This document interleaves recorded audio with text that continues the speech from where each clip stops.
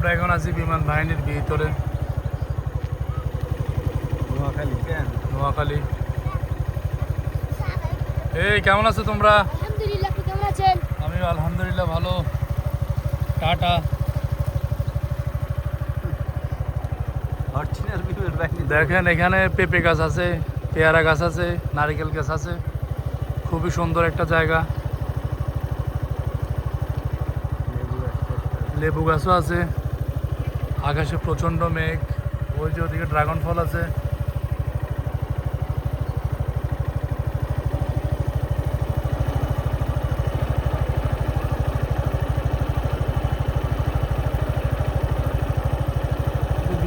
গাড়িগুলো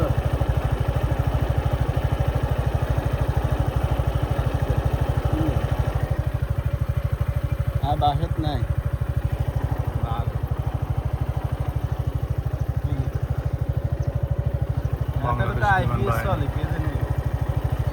ওরা তো এখানে ফুটবল খেলতে পারত, কত বড় মাঠ।